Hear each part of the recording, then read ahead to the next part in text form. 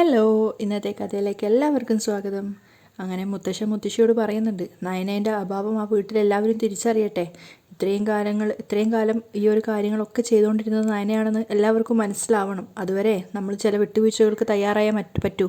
നയനമോളില്ലാത്തതിൻ്റെ വിഷമമൊക്കെ നമ്മൾ അനുഭവിച്ചേ പറ്റൂ എന്നൊക്കെ മുത്തശ്ശിയോട് പറയുന്നുണ്ട്. അങ്ങനെ രണ്ടുപേരും കൂടെ ചേർന്നെടുത്തൊരു തീരുമാനമാണ്. നയനയുടെ അഭാവം അനന്തപുരിയിലുള്ള മറ്റുള്ളവർക്ക് മനസ്സിലാക്കി കൊടുക്കണം, പ്രത്യേകിച്ചും ആദർശവും ദേവയാനിക്കും.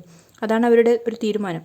അതേസമയം നയനയുടെ വീട്ടിലവൾ അവളുടെ അച്ഛനെ ജോലിയിലൊക്കെ സഹായിക്കുകയാണ്. പെയിൻറ്റിങ്ങിൻ്റെ കാര്യങ്ങളൊക്കെ സഹായിച്ചുകൊണ്ടിരിക്കുമ്പം ഗോവിന്ദനും പറയുന്നുണ്ട്, എല്ലാ വീട്ടിലും കല്യാണം കഴിഞ്ഞ പെൺകുട്ടികൾ തിരിച്ചു വന്നു കഴിഞ്ഞാൽ അവരുടെ വീട്ടുകാർക്ക് അതൊരു വലിയ സന്തോഷമായിരിക്കും. പക്ഷേ മോളുടെ കാര്യം അങ്ങനെയല്ല. മോള് വന്നു കഴിഞ്ഞാൽ അച്ഛന് ശരിക്കും ഒരു റിലാക്സ് തന്നെയാണ്. എന്തായാലും ഞാനിവിടെ കുറച്ച് ദിവസം ഉണ്ടല്ലോ, അതുകൊണ്ട് ഇനി വരുന്ന ഓർഡറൊന്നും ഒഴിവാക്കണ്ട, എല്ലാ ഓർഡറും എടുത്തോളൂ നയന അച്ഛനോട് പറയുകയാണ്. അപ്പം ഗോവിന്ദൻ പറയുന്നുണ്ട്, അയ്യോ അതൊന്നും വേണ്ട, അന്ന് നടന്ന കാര്യങ്ങൾ തന്നെ അച്ഛൻ്റെ മനസ്സിൽ വല്ലാത്തൊരു വേദനയായിട്ടുണ്ട്, അതുകൊണ്ട് അതിൻ്റെ ആവശ്യമില്ല എന്ന് പറയുമ്പം നയന പറയുന്നുണ്ട്, ഇനിയിപ്പോൾ അനന്തപുരിയിലെ കാര്യങ്ങൾ മാത്രം നോക്കിയിട്ട് ജീവിക്കുന്നതിൽ അർത്ഥമൊന്നുമില്ല. അവിടെ മുത്തശ്ശനും ആദർശേട്ടൻ്റെ അച്ഛനും ഒക്കെ എൻ്റെ കഴിവുകൾ മനസ്സിലാക്കിയിട്ടുണ്ട്. എന്നാൽ ആദർശേട്ടൻ്റെ ഭാഗത്തു നിന്നും എനിക്ക് അപ്രിസിയേഷനൊന്നും കിട്ടുന്നില്ല. അപ്പം ഗോവിന്ദ് ചോദിക്കുന്നുണ്ട്, അയാൾക്ക് മോളുടെ കഴിവുകൾ മനസ്സിലാക്കാതിരിക്കാൻ പറ്റുമോ മോളെ?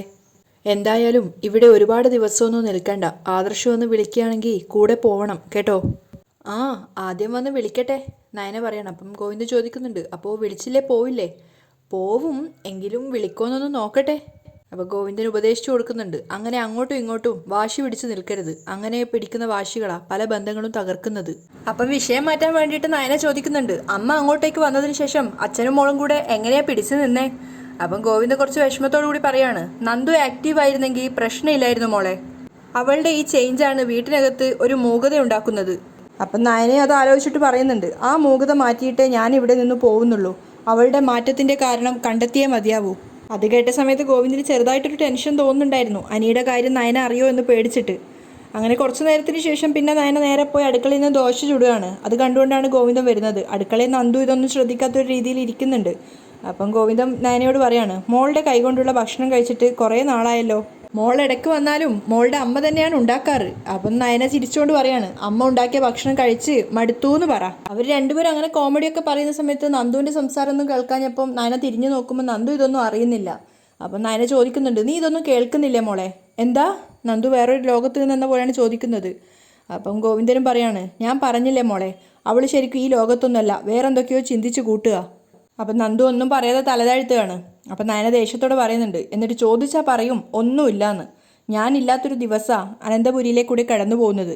ഇവിടെ ആണെങ്കിലോ ഞാനുള്ളൊരു ദിവസവും. അപ്പോഴെങ്കിലും നിനക്കൊന്ന് സന്തോഷത്തോടു കൂടി ഇരുന്നൂടെ? അപ്പം നന്ദു പറയുന്നുണ്ട്, എൻ്റെ സന്തോഷത്തിനെ ഒരു കുറവുമില്ല ചേച്ചി, എന്നെ മുഖത്ത് എഴുതി ഒട്ടിക്കണം. നയന ദേഷ്യത്തോടെ പറയാണ്. അതിനുശേഷം അനിയത്തിക്കും അച്ഛനുള്ള ഭക്ഷണം വിളമ്പി കൊടുത്തിട്ട് അവരത് ആസ്വദിച്ച് കഴിക്കുന്നത് നോക്കിയിരിക്കുകയാണ് നയന സന്തോഷത്തോടു കൂടെ. അതേസമയം ആദർശ് മുറിയിൽ വന്നിട്ട് അവസാനം ഡിസൈൻ ചെയ്തിട്ടുണ്ടായിരുന്ന ആ ഒരു ഫയലാണ് നോക്കിക്കൊണ്ടിരിക്കുന്നത്. പക്ഷെ എവിടെ നോക്കിയിട്ട് അവനത് കിട്ടുന്നില്ല. പെട്ടെന്ന് തന്നെ നയനെ വിളിച്ച് ചോദിക്കുകയാണ്. അപ്പം നയന പറയുന്നുണ്ട്, അത് ബെഡിൻ്റെ ഇടത് ഭാഗത്തുള്ള ആ ഡ്രോയറിലുണ്ട്, പക്ഷേ ആദർശ് അവിടെ നോക്കിയിട്ടും കിട്ടുന്നില്ല. നയന പറഞ്ഞു കൊടുത്ത പ്രകാരം പിന്നീട് സെർച്ച് ചെയ്തപ്പോൾ കിട്ടുകയാണ്. അവസാനം അത് ആ ഫയൽ കിട്ടിയതിന് ശേഷം ആദർശ് കുറച്ചൊരു നീരസത്തോട് ചോദിക്കുകയാണ്, നീ ആരോട് ചോദിച്ചിട്ട് അങ്ങോട്ടേക്ക് പോയത്? ഓ, അത് കൊള്ളാം, എനിക്കെൻ്റെ അനിയത്തിക്കും അച്ഛനും ഒപ്പം 2 ദിവസം വന്ന് നിൽക്കണ്ടേ? അപ്പോൾ ആദർശ് ചോദിക്കുകയാണ്, അതിന് നിൻ്റെ അമ്മ അവിടെ ഇല്ലല്ലോ, നീ ഇവിടെയല്ലേ, പിന്നെ നീ എന്തിനാ പോയിട്ട് അവിടെ നിൽക്കുന്നത്? അപ്പം നയന പറയുന്നുണ്ട്, അമ്മ ഇല്ലാത്തപ്പോഴല്ലേ അവർക്ക് എൻ്റെ ഒരു സഹായം ആവശ്യം. എന്ന് മാത്രമല്ല കുറച്ചു ദിവസമായിട്ട് നന്ദുവിന് എന്തൊക്കെയോ വിഷമങ്ങളുണ്ട്, അതെന്താണെന്ന് അറിയണം. അപ്പോൾ ആദർശ് ചെറിയൊരു പരിഹാസം പോലെ പറയാണ്, നിന്റെ അനിയത്തിയല്ലേ, ചിലപ്പോൾ അവളും ഏതെങ്കിലും ഒരു പ്രണയത്തിൽ വീണ് കാണും. ഞാൻ അങ്ങനെ വീണിട്ടൊന്നുമില്ല, നിനക്ക് ദേഷ്യം വരികയാണ്. പിന്നെ ഈ പ്രായത്തിൽ ഡിപ്രഷൻ ഉണ്ടാവാൻ മറ്റു കാരണമൊന്നും കാണുന്നില്ല. ആദർശം വിട്ടുകൊടുക്കുന്നില്ല. എൻ്റെ അനിയത്തിയെ എനിക്കറിയാം, അവളെ ഭയങ്കര ബോൾഡാ. അപ്പം ആദർശ് കളിയാക്കുകയാണ്, നീ അതിനേക്കാളും വലിയ ബോൾഡല്ലേ, എന്നാലല്ലേ ഇത്തരക്കാരുമായിട്ട് എനിക്ക് പിടിച്ചു നിൽക്കാൻ പറ്റുള്ളൂ. അത് കേട്ടപ്പോൾ ആദർശിന് ചെറുതായിട്ട് ചിരി വരികയാണ്. എന്നിട്ട് അവൻ ചോദിക്കുന്നുണ്ട്, അല്ല നീ എപ്പോഴാണ് വരുന്നത്? ഞാൻ വന്നിട്ട് എന്തിനാ? ഒരു മുറിയിൽ അന്യരെ പോലെ 2 പേർ, അങ്ങനെയല്ലേ നമ്മുടെ ജീവിതം. ഞാൻ വെറുതെ ചോദിച്ചൂന്നേ ഉള്ളൂ. നീ ഇല്ലാത്തത് കൊണ്ടേ എനിക്ക് വലിയ ബുദ്ധിമുട്ടൊന്നുമില്ല. പിന്നെ കുറച്ച് ദിവസമായിട്ട് ഇവിടുത്തെ കാര്യങ്ങളൊക്കെ ചെയ്യുന്നത് നീ ആയതുകൊണ്ട് ചെറിയ കൺഫ്യൂഷൻസ് ഒക്കെ ഉണ്ടാവും. അത് കുറച്ച് സമയം കൊണ്ടങ്ങ് ശരിയായിക്കോളും. ആദർശ് ഞാനൊക്കെ തീരെ വിലയില്ലാത്ത രീതിയിലാണ് സംസാരിക്കുന്നത്. അത് കേട്ടപ്പോൾ നയന പറയുന്നുണ്ട്, എങ്കിൽ പിന്നെ കുറച്ച് ദിവസം ഞാനിവിടെ നിന്നോളാം. ആ ആയിക്കോട്ടെ, സ്ഥിരമായിട്ട് നിന്നാലും കുഴപ്പമൊന്നുമില്ല. ആദർശ് വിട്ടുകൊടുക്കാൻ തീരെ പറ്റുന്നില്ല. നയനയും അങ്ങനെ തന്നെ. എങ്കിൽ ശരി. എന്നിട്ട് രണ്ടുപേരും ഫോൺ കട്ട് ചെയ്യാണ്. പക്ഷേ ഫോൺ വെച്ച ശേഷം ആദർശ് ചിന്തിക്കുന്നുണ്ട്, ഈ വീട്ടിലിപ്പോൾ ഇളയച്ചനും ഇളയമ്മയും ഇല്ല, പക്ഷേ അവരുടെ അഭാവം എന്നെ അലട്ടുന്നില്ല. പക്ഷേ നയനയില്ലേ ഇവിടെ ഇല്ലാത്തത് എന്നെ വല്ലാതെ ബുദ്ധിമുട്ടിക്കുന്നുണ്ട്. അതെന്തായിരിക്കും കാരണം? ഏയ്, എനിക്ക് വെറുതെ തോന്നുന്നതായിരിക്കും. അവൻ സ്വയം ആശ്വസിപ്പിക്കുകയാണ്. കനക അടുക്കളയിൽ പച്ചക്കറികളൊക്കെ അരിഞ്ഞുകൊണ്ടിരിക്കുമ്പോഴാണ് മുത്തശ്ശി അങ്ങോട്ടേക്ക് വരുന്നത്. അപ്പം മുത്തശ്ശി ചോദിക്കുന്നുണ്ട്, രാവിലെ തൊട്ട് അടുക്കളയിൽ കയറിയതല്ലേ, നീ ഇങ്ങനെ ഓരോരോ ജോലികൾ ചെയ്യുന്നതാണോ? അപ്പോൾ കനക പറയുന്നുണ്ട്, അതൊന്നും എനിക്കൊരു ബുദ്ധിമുട്ടല്ല അമ്മേ, പ്രത്യേകിച്ച് നയനമോൾ ഇവിടെ ഇല്ലാത്തതല്ലേ. അപ്പോൾ പിന്നെ ആരെങ്കിലും അടുക്കളയിൽ കയറണമല്ലോ എന്നൊരർത്ഥത്തിലാണ് പറയുന്നത്. അപ്പം അതിന് നീ ഇവിടെ കയറേണ്ട ആവശ്യമില്ലല്ലോ, ഇവിടെ വേറെയും സ്ത്രീകളുണ്ടല്ലോ. നീ ഇവിടെ വന്നിരിക്കുന്ന ഗസ്റ്റാണ്, നീ ഇവിടെ വന്നിരിക്കുന്ന നിന്റെ മോളെ നോക്കാൻ വേണ്ടിയാ, അത് മാത്രം ചെയ്താൽ മതി. ഇവിടെയുള്ള മറ്റുള്ള സ്ത്രീകളാണ് ഇവിടുത്തെ ജോലികളൊക്കെ ചെയ്യേണ്ടത്. നയനമോൾ ഇല്ലാത്തത് എന്താണെന്ന് അറിയട്ടെ. ഇങ്ങനെ എല്ലാത്തിനും താണു കൊടുക്കുന്നത് കൊണ്ടാണ് ആർക്കും ഒരു ഇതും മനസ്സിലാവാത്തത്, ബുദ്ധിമുട്ടും മനസ്സിലാവാത്തത്. മുത്തശ്ശി കുറ്റപ്പെടുത്തുകയാണ് കനകയെ. കനക അതൊന്നും കുഴപ്പമില്ലാന്ന് പറയും തോറും മുത്തശ്ശി പറയുന്നുണ്ട്, നിങ്ങൾ ഇങ്ങനെ ചിന്തിക്കുന്നതാണ് കുഴപ്പം. എല്ലാവർക്കും കയ്യും കാലും ഒക്കെ ഉള്ളതാ, പക്ഷേ മറ്റുള്ളവരെ നന്നാക്കുന്നതും മോശമാക്കുന്നതും നമ്മളൊക്കെ തന്നെയാണ്. ഞാനും നയനമോളും ഒക്കെ എന്തെങ്കിലും ജോലികൾ എപ്പോഴും ചെയ്തുകൊണ്ടേ ഇരിക്കുന്ന ആൾക്കാരാണ്. അതുകൊണ്ട് ഇങ്ങനെ ജോലി ചെയ്യാൻ വേണ്ടി ഞങ്ങൾക്കൊരു ബുദ്ധിമുട്ടുമില്ല, ഞങ്ങൾക്ക് അതിനൊരു പരാതിയും പരിഭവവും ഇല്ല. പക്ഷെ മുത്തശ്ശി ദേഷ്യത്തോടെ പറയുന്നുണ്ട്, എന്നാൽ എനിക്കതിൽ പരാതിയും പരിഭവവും ഉണ്ട്, അതുകൊണ്ടാണ് ഞാൻ നിൻ്റെ അടുത്ത് ചെയ്യേണ്ടതെന്ന് പറഞ്ഞത്. എന്നിട്ട് അവർ നേരെ മുത്തശ്ശൻ്റെ അടുത്ത് പോയിട്ട് കാര്യങ്ങൾ അവതരിപ്പിക്കുകയാണ്.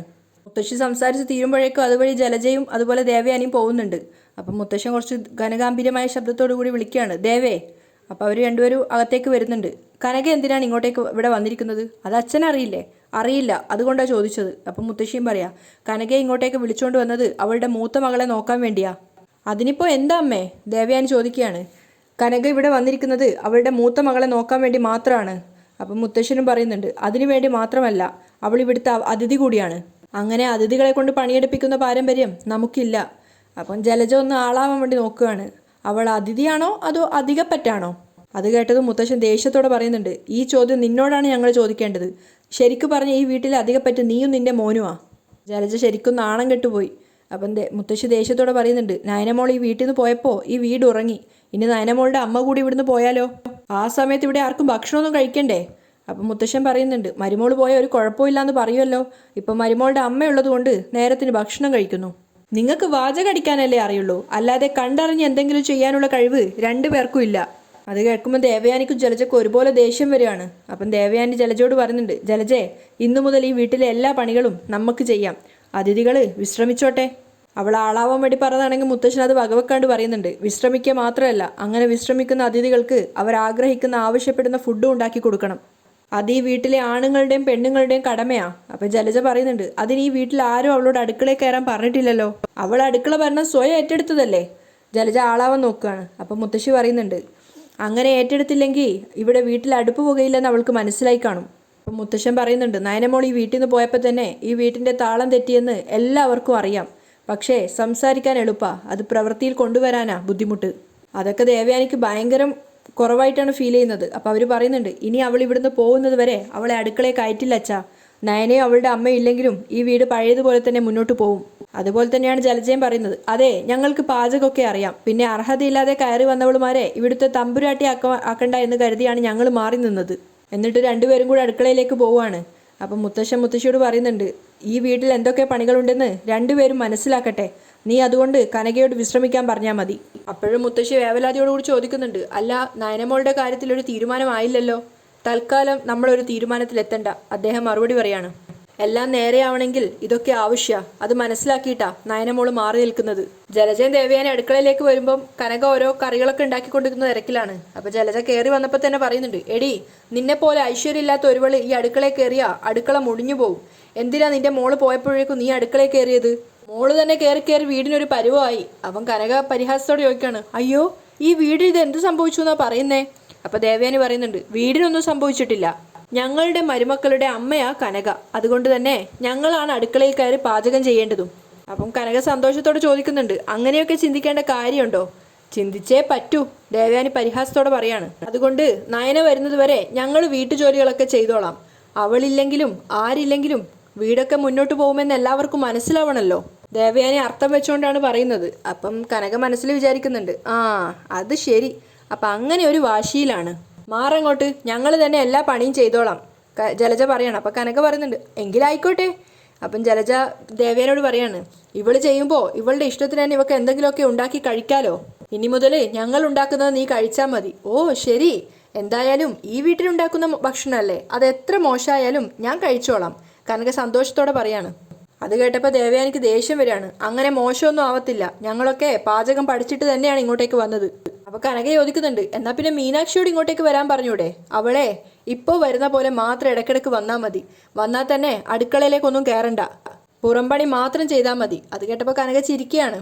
ശരി. അപ്പം ജലജ പറയുന്നുണ്ട്, നീ പോയി നിന്റെ മോളുടെ കാര്യം നോക്ക്.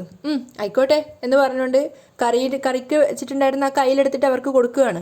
കനക പോയപ്പോൾ പിന്നെ ജലജ കൺഫ്യൂഷനായി. എന്താ ഉണ്ടാക്കേണ്ടത്? കുറേ ആയി അടുക്കളയിൽ കയറിയിട്ട്. അപ്പോൾ ദേവയാനി പറയുന്നുണ്ട്, ഞാൻ പറയുന്നത് നീ ഉണ്ടാക്കിയാൽ മതി, ഞാനും കുറേ ആയി അടുക്കളയിൽ കയറിയിട്ട്. ഇതൊക്കെ പിന്നീന്ന് കനക കേൾക്കുന്നുണ്ട്. അവൾക്ക് ശരിക്കും ചിരി വരികയാണ്. അപ്പോൾ ദേവയാനി ജലജയോട് പറയുന്നുണ്ട്, ഇപ്പോൾ ഫോണ് തുറന്നാ വെറൈറ്റി ഫുഡുകളുടെ ഒരു ബഹള, അതൊക്കെ ഉണ്ടാക്കുന്ന രീതിയും അതിൽ പറയുന്നുണ്ട്. പിന്നെന്താ പ്രശ്നം? എങ്കിലേ നമുക്ക് അവളുടെ മോളെയും തോൽപ്പിക്കണം ഏട്ടത്തി, ജലജ പറയാണ്. അപ്പം ദേവയാനി പറയുന്നുണ്ട്, എനിക്കാരെയും തോൽപ്പിക്കണമെന്നൊന്നുമില്ല, എന്നാ അവളും അവളുടെ മോളും ഇല്ലെങ്കിലും ഈ വീടിൻ്റെ ചക്രം തിരിയുമെന്ന കാര്യം എല്ലാവർക്കും മനസ്സിലാവണം, അത്രയേ ഉള്ളൂ. ഓ, അപ്പം ഇതാണ് ഉദ്ദേശം. കനക മൂളിപ്പാട്ടും പാടിക്കൊണ്ട് ചിരിച്ചുകൊണ്ട് അവിടുന്ന് പോവാണ്. അതേസമയം ആദർശ് ഓഫീസിലാണ്. അവർ നന്നായിട്ട് വിശക്കുന്നുണ്ടായിരുന്നു. ബാഗ് എടുത്ത് തുറന്നു നോക്കിയ സമയത്ത് അതിനകത്ത് ഫുഡ് കാണുന്നില്ല. അപ്പം ചിന്തിക്കുന്നുണ്ട്, ഇതിനു മുൻപുള്ള ദിവസങ്ങളിൽ നയന ഭക്ഷണമൊക്കെ പാക്ക് ചെയ്ത് തരുന്നതും കുറച്ചു നേരം വൈകിയാൽ പോലും ഭക്ഷണം നയന എടുത്തിട്ട് ബാഗിൽ വെച്ചിട്ടുണ്ടായിരുന്നു. കാരണം ഇഷ്ടമുള്ള എന്ത് ഭക്ഷണമാണോ അവൻ ആഗ്രഹിക്കുന്നത് അതൊക്കെ ഉണ്ടാക്കി അവൾ കൊടുക്കുമായിരുന്നു. ഇനി എന്താ വേണ്ടത് പറഞ്ഞാൽ മതി എന്നൊക്കെ പറഞ്ഞിട്ട് എന്താ പറയുക, ഒരു ഭാര്യയുടെ കടമകളൊക്കെ അവൾ കണ്ടറിഞ്ഞ് നിർവഹിക്കുന്നുണ്ടായിരുന്നു. പക്ഷേ ആ ഒരു വിശപ്പും ഇന്ന് നയനയില്ലാത്തത് ഓർക്കാൻ പറ്റാത്തതിൻ്റെ ആ ഒരു നീരസവും ഒക്കെ കൂടെ ആദർശന് ദേഷ്യം വരികയാണ്. വീട്ടിൽ നിന്ന് ഇറങ്ങിയപ്പോൾ അവൾ ഭക്ഷണം വെച്ച് കാണുമെന്ന് കരുതി. ആ സമയത്ത് വീട്ടിൽ അവളില്ലാത്ത കാര്യം ഞാൻ ഓർത്തില്ല. വീട്ടിൽ അമ്മയുണ്ടെങ്കിലും ഇപ്പോൾ എൻ്റെ കാര്യങ്ങളൊന്നും അമ്മ ശ്രദ്ധിക്കുന്നേ ഇല്ല. അപ്പോഴേക്കും പവിത്ര അങ്ങോട്ടേക്ക് വരുന്നുണ്ട്. സർ, എന്താ? അത് പിന്നെ കസ്റ്റമർ ഉടനെ വരും, അതിന് അവരുടെ ടേസ്റ്റിലുള്ള ഡിസൈൻസ് വേണമെന്നുണ്ടെങ്കിൽ മാഡം കൂടിയേ തീരൂ. അത് കേട്ടപ്പോൾ ആദർശന് ദേഷ്യം വരികയാണ്. എല്ലാത്തിനും നയനയെ വിളിക്കണോ? അവളുടെ സഹായം തേടണോ? എപ്പോൾ നോക്കിയാലും ഇതും പറഞ്ഞാണല്ലോ എൻ്റെ മുന്നിലേക്ക് വരുന്നത്. എടോ, മറ്റാരെക്കാളും നന്നായിട്ട് സാലറി നിങ്ങൾ വാങ്ങിക്കുന്നില്ലേ? അതും എല്ലാ തീയതിയും കൃത്യമായിട്ട്. പവിത്ര വിഷമത്തോടു കൂടി നിൽക്കുകയാണ്. അപ്പം ദേഷ്യത്തോട് ആദർശ് പറയുന്നുണ്ട്, എന്നിട്ടും ഇവിടുത്തെ സ്റ്റാഫ് അല്ലാത്ത ഒരാളെ എന്തിനും ആശ്രയിക്കണം? അപ്പം പവിത്ര വീണ്ടും പറയുന്നുണ്ട്, അത് പിന്നെ ഞാൻ ഡിസൈൻ തയ്യാറാക്കാം, പക്ഷേ ഇവിടെ വരുന്നവരൊക്കെ പുതുമ തേടി വരുന്നവരാ. എടോ, ആ പുതുമ എന്തുകൊണ്ടാണ് നിങ്ങൾക്ക് സൃഷ്ടിക്കാൻ പറ്റാത്തതെന്നാണ് എൻ്റെ ചോദ്യം. അത് ശരിയായില്ലെങ്കിൽ പിന്നെ ഓർഡർ നഷ്ടപ്പെടില്ലേ സർ? അവൾ വിഷമത്തോട് ചോദിക്കുകയാണ്. അങ്ങനെ ശരിയായില്ലെങ്കിൽ ആ നഷ്ടം വരുന്ന തുക ഞാൻ എന്താ ചെയ്യേണ്ടത്? നിങ്ങളുടെ സാലറി കട്ട് ചെയ്താൽ മതിയോ? എന്താ പവിത്ര ഒന്നും പറയാത്തത്? അവളാകെ ടെൻഷനിലാണ്. ഞാൻ എന്ത് ചെയ്യണം സർ? അവരുടനെ വരും. അങ്ങനെയെങ്കിൽ ഇന്ന് അവരോട് വരണ്ടാന്ന് പറയട്ടെ? അപ്പോൾ ആദർശ് ദേഷ്യത്തോടെ പറയുക, എന്നാൽ പിന്നെ എല്ലാവരോടും വരണ്ടാന്ന് പറ. ഈ മാസം പ്രതീക്ഷിക്കാത്ത ഓർഡറാണ് കിട്ടിയത്, ആ ക്രെഡിറ്റ് അങ്ങ് പോയി കിട്ടട്ടെ. പവിത്ര ആകെ സങ്കടത്തിലായി. പെറുപിറുത്തുകൊണ്ടാണ് പവിത്ര പോകുന്നത്. ഇത് വല്ലാത്തൊരു ദേഷ്യമാണല്ലോ. നിന്നെ ആദർശ് ദേഷ്യത്തോടെ പവിത്രയെ വിളിക്കുന്നുണ്ട്. എന്താ താനിപ്പോൾ പറഞ്ഞത്? ഞാനൊന്നും പറഞ്ഞില്ല സർ. വേഗം പവിത്ര അവിടുന്ന് എസ്കേപ്പ് ആവുകയാണ്. അല്ല, ഞാൻ എന്തിനാ പവിത്രയോട് ഇത്രയും ചൂടായത്? പറയേണ്ടതൊക്കെ തന്നെയാണ്. എന്നാലും നയനയുടെ അഭാവം എന്നെ വല്ലാതെ ബുദ്ധിമുട്ടിക്കുന്നുണ്ട്, അത് നിഷേധിക്കാൻ പറ്റില്ല. ആദർശ് ഇങ്ങനെ വിഷമത്തോടു കൂടി ചിന്തിക്കുകയാണ്. ജലജ ഒട്ടും താല്പര്യമില്ലാത്ത മട്ടിലാണ് ഓരോന്നും ചെയ്തുകൊണ്ടിരിക്കുന്നത്. അപ്പം ദേവയാനി പറയുന്നുണ്ട്, ഒരു കാര്യം ഏറ്റെടുത്ത് കഴിഞ്ഞാൽ മടിയില്ലാതെ ചെയ്യണം, അതുകൊണ്ട് വേഗം തന്നെ ചെയ്യാൻ നോക്ക്. ജലജ പറയുന്നുണ്ട്, ഞാൻ ചെയ്തുകൊണ്ടിരിക്കുക. ഈ കത്തിക്കാണെങ്കിൽ തീരെ മൂർച്ചയുമില്ല. ആ കത്തിയുടെ കാര്യം ഇപ്പം പറയേണ്ട ആവശ്യം എന്താ? ഒന്നുമില്ല, എന്നാലും എന്നൊക്കെ പറഞ്ഞ് താല്പര്യമില്ലാത്ത മട്ടിലാണ് ചെയ്യുന്നത്. അപ്പോഴേക്കും കനക വന്നിട്ട് ചോദിക്കുന്നുണ്ട്, ജലജ എന്തെങ്കിലും സഹായം വേണോ? ദേവയാനിയാണ് പറയുന്നത്, ഒന്നും വേണ്ട, നീ ഒന്ന് അകത്തേക്ക് പോയി ഇരുന്നാൽ മതി. ഭക്ഷണം കഴിക്കാൻ സമയമാകുമ്പോൾ നിന്റെ മോളെയും കൂടെ വിളിച്ചോളാം. നയന എന്നോട് ചോദിക്കാതെ നിന്റെ വീട്ടിലേക്ക് പോയത് എനിക്ക് ഒട്ടും ഇഷ്ടപ്പെട്ടിട്ടില്ല. പിന്നെ ഇത് ഞാനൊരു ചലഞ്ചായി ഏറ്റെടുത്തിരിക്കുക. 2-3 ദിവസം അവൾ ഈ വീട്ടിൽ നിന്ന് മാറി നിന്നാലും ഇവിടെ ഒന്നും സംഭവിക്കില്ലെന്ന് ഈ വീട്ടിലുള്ള എല്ലാവർക്കും മനസ്സിലാവണം. കനക ഒന്നും പറയുന്നില്ല, പക്ഷെ അവർക്ക് ചിരി വരുന്നുണ്ടായിരുന്നു. നയന ഇല്ലാതെ ഇവിടെ ഒന്നും നടക്കില്ല എന്ന് കനകക്ക് ബോധ്യമായതാണ്. അപ്പം ദേവയാനി പറയുന്നുണ്ട്, ചിലപ്പോൾ അവളിവിടെ ഇല്ലാത്തതാണ് നല്ലതെന്ന് എല്ലാവർക്കും തോന്നും. കനക ചോദിക്കുന്നുണ്ട്, ഇതിനു മുമ്പ് ഒരു ബെറ്റ് വെച്ചപ്പോൾ സംഭവിച്ചത് എന്താണെന്ന് ദേവയാനിക്ക് ഓർമ്മയുണ്ടല്ലോ, അതൊന്നും ഇനി നീ നോക്കണ്ട. ഇനി എന്തായാലും ഇതൊരു ബെറ്റായിട്ട് തന്നെയാണ് ഞാൻ എടുത്തിരിക്കുന്നത്. ഇവിടെ എല്ലാം നന്നായിട്ട് തന്നെ നടക്കും. അതിന് ഞാൻ കുറ്റമൊന്നും പറഞ്ഞില്ലല്ലോ, എല്ലാം ഭംഗിയായിട്ട് നടന്നാൽ മതി. കനക പറയാണ്. അപ്പം ജലജയും പറയുന്നുണ്ട്, എല്ലാം ഭംഗിയായിട്ട് നടക്കും, നീ ഒന്ന് ഇവിടുന്ന് പോയി തന്നാൽ മതി. അപ്പം ദേവയാനി പറയാണ്, അടുക്കളപ്പണി സ്ത്രീകളെ സംബന്ധിച്ചിടത്തോളം നേരം പോകാൻ നല്ലൊരു മാർഗ്ഗമാണ്. രുചിയുള്ള ഭക്ഷണം ഉണ്ടാക്കി കൊടുത്ത് ഭർത്താവും മക്കളും ഒക്കെ നല്ലത് പറയുമ്പോൾ അത് ആർക്കായാലും സന്തോഷം ഉണ്ടാക്കുന്ന ഒരു കാര്യമാണ്. അതൊക്കെ സത്യം പറഞ്ഞാൽ ഇത്രയും കാലം ഞാൻ മിസ്സാക്കുമായിരുന്നു.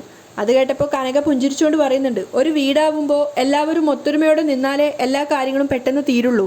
പ്രത്യേകിച്ചും ഇതുപോലുള്ളൊരു വലിയ വീട്ടിൽ 6-7 പെണ്ണുങ്ങളുള്ള ഈ വീട്ടിൽ ഓരോരുത്തരും ഓരോ ജോലി ചെയ്താൽ ആർക്കും ഒരു ജോലിയും ഭാരമായിട്ട് തോന്നില്ല. അപ്പോൾ ജലജ പറയുന്നുണ്ട്, നിന്റെ മക്കൾ ഞങ്ങൾ എന്തിനാ റാണിമാരായിട്ട് കാണുന്നത്? അവരെ ഞങ്ങൾ വീട്ടുജോലിക്കാരായിട്ട് മാത്രമേ കണ്ടിട്ടുള്ളൂ. അതുകൊണ്ടാണ് നിന്റെ രണ്ടാമത്തെ മോൾക്ക് ഞങ്ങൾ ഓരോ വീട്ടുജോലികൾ കൊടുക്കുന്നത്. അവളിനി വന്നാലും അങ്ങനെ തന്നെ ഉണ്ടാവുള്ളൂ. അപ്പം ദേവയാനി പറയുന്നുണ്ട്, ഇനി അവൾ ഇവിടെ ഇല്ലാത്ത കാലത്തോളം അവൾ ഇവിടെ ഇല്ലാത്തതിന് ആർക്കും ഒരു വിഷമം തോന്നില്ല. അതിനു വേണ്ടിയാണ് ഞങ്ങൾ ഈ ചലഞ്ച് ഏറ്റെടുത്തത്. പിന്നെ നിന്റെ മോക്ക് നിന്റെ വീട്ടിലാണ് സ്ഥിരമായിട്ട് നിൽക്കാൻ ആഗ്രഹമെങ്കിൽ അങ്ങനെ ചെയ്യുന്നതിൽ തെറ്റൊന്നുമില്ല. എൻ്റെ മോൻ അവൾ വേണമെന്ന് ഒരു നിർബന്ധവും. ദേവയാനി അറുത്ത് മുറിച്ച് പറയാണ്. അത് കേട്ടപ്പോൾ കനകക്കൊന്ന് വിഷമമാവുന്നുണ്ടായിരുന്നു. അവിടെയാണ് ഇന്നത്തെ എപ്പിസോഡ് വൈൻഡപ്പ് ചെയ്യുന്നത്.